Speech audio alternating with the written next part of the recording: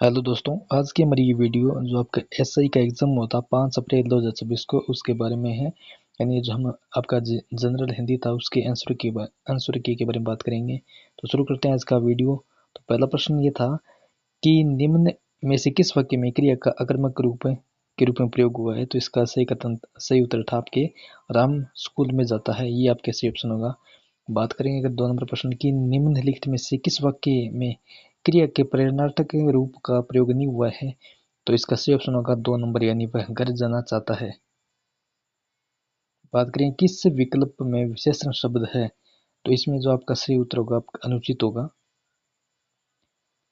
अगला प्रश्न है किस विकल्प में संबंध सूचक अवयव का प्रयोग नहीं हुआ है। तो इसका सही उत्तर होगा वैसे तो राजा भी प्रजा सेवक है। 5 नंबर है विस्मयादि बोधक अवयव की दृष्टि से असंगत विकल्प कौन सा है। तो आपके आश्रय बोधक जो धन्य है वह आपके असंगत है। अगला प्रश्न है किस वाक्य में निपात का प्रयोग हुआ है। तो ये आपका जो 3 नंबर ऑप्शन है पशु पक्षी ही अपना हित समझते हैं, ये इसमें निपात का प्रयोग किया है। वह आजकल पढ़ रहा है वाक्य में रेखांकित पद क्रिया विशेषण के किस भेद का उदाहरण है। तो वह आपके कालवाचक है।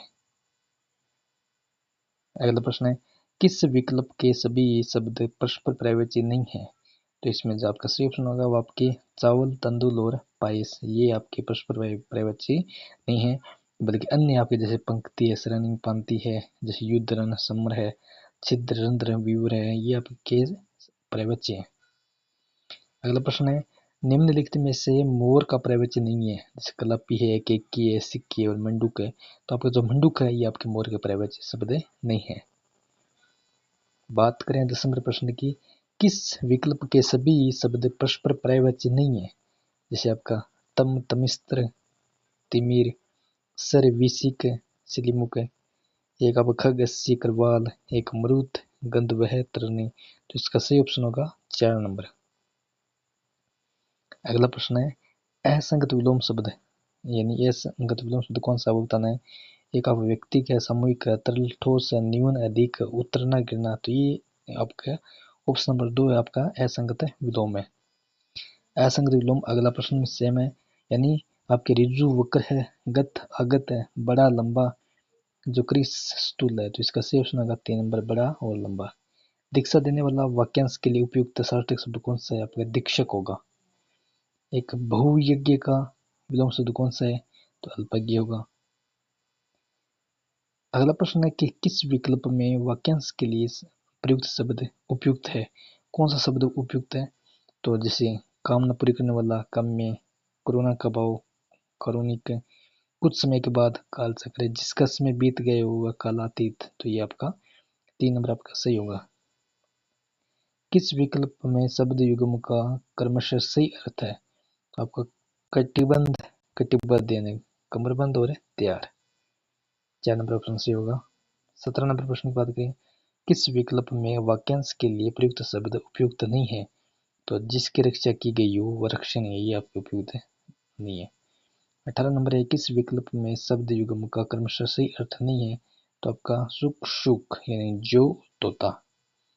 एक कृति कृष्टि शब्द का युग्म अर्थ बताना है, कौन सा है। तो एक का होगा रचना होगा, एक आपका निपुण होगा। 20 नंबर प्रश्न है निम्नलिखित में से किस शब्द युग्म का क्रमशः सही अर्थ नहीं है। तो आपके चक्रवात और चक्रवाल, यानी एक का होता है चकवा, एक का बवंडर। अगला प्रश्न है किस विकल्प के सभी शब्द शुद्ध है। तो आपका अंधेरा और चंचलता। अशुद्ध शब्द नहीं है तो आपका विमूढ़ नहीं है। अगला प्रश्न है शुद्ध शब्द है, तो आपका अक्षोहिणी आपका शुद्ध शब्द है। बात करें किस विकल्प में सभी शुद्ध शब्द है। तो आपके प्रमाणिक पौराणिक यौगिक ये आपके शुद्ध है। अगला प्रश्न अशुद्ध कौन सा है। तो आपका स्वर्गीय, ये आपके अशुद्ध अशुद्ध वापिस एक और है, ये आपका अध्याय विषय, ये आपका अशुद्ध है। विगत है, ये भी अशुद्ध है। शुद्ध शब्द इसमें स्थायित्व है। 29 नंबर में है कि किस विकल्प में का परसर्ग का प्रयोग संबंध कर के लिए नहीं हुआ है। तो वह तो जन्म का भिखारी है, ये इसमें से प्रश्न ऑप्शन होगा। 30 नंबर है कौन सा शब्द पुल्लिंग नहीं है। तो आपका सरसों है। एक आपका अधिकरण करके परसर्ग में का असंगत प्रयोग हुआ है। तो आपका 2 नंबर, यानी उसकी उनकी योग्यता काम में प्रकट होती है।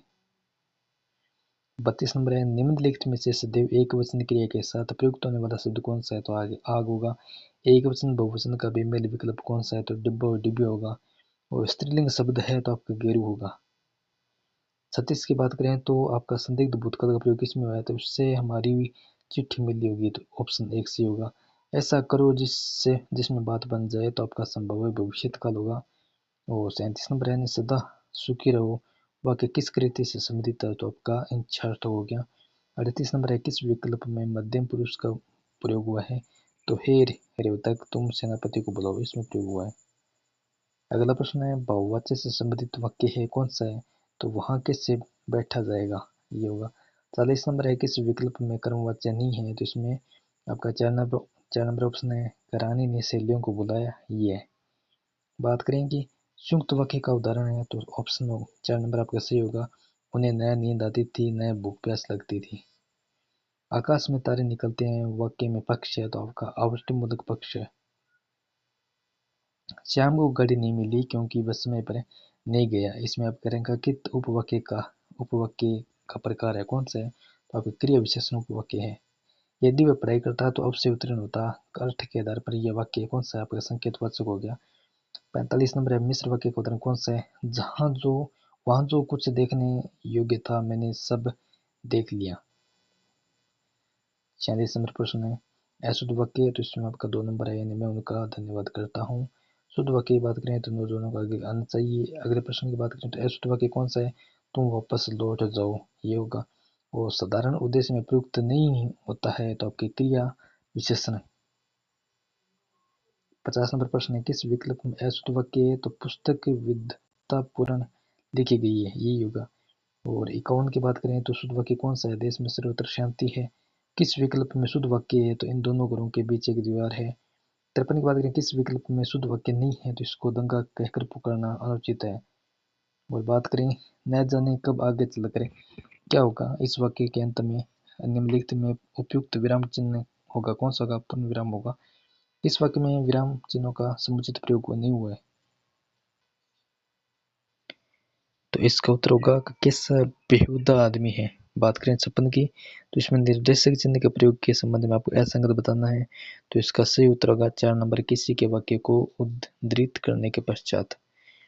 57 नंबर है, जब कई शब्द भेद जोड़े से आते हैं तब प्रत्येक जोड़े के बाद किस विराम चिन्ह का प्रयोग होता है? तो आपका अल्प विराम होगा।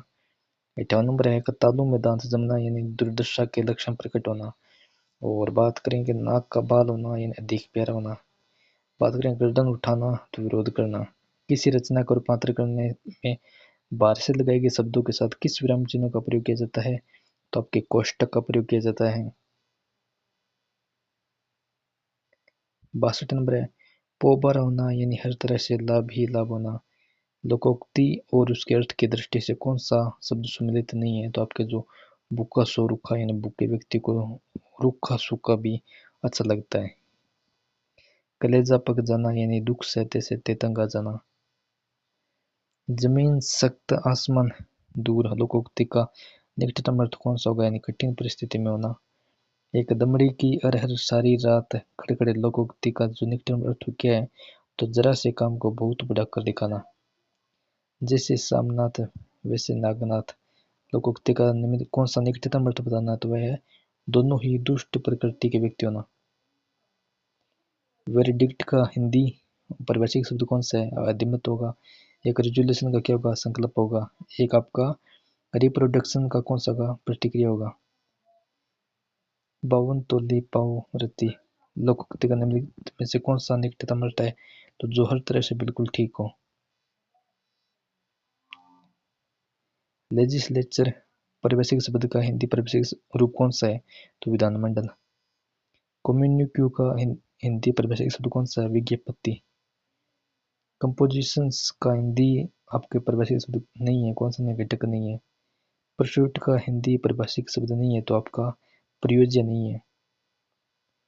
इसमें कौन सा आपका सुमिलित नहीं है? तो उसका आपका एक मोनोगमी का समारक ये होगा।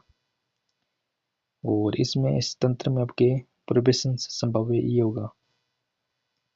78 की बात करें तो परिभाषिक शब्दों में कौन सा विकल्प सुमिलित है? तो इसमें का स्वाभिमान, सत्यनिष्ठा। संधि की दृष्टि से त्रुटि रहित विकल्प कौन सा होगा? आपका जीत प्लस इंद्रिय जितेंद्रिय होगा। 80 यानी कौन सा त्रुटि पूर्ण संधि विच्छेद है? तो पितृंच ये होगा, इसमें पितृ प्लस है। संधि विच्छेद की दृष्टि से कौन सा?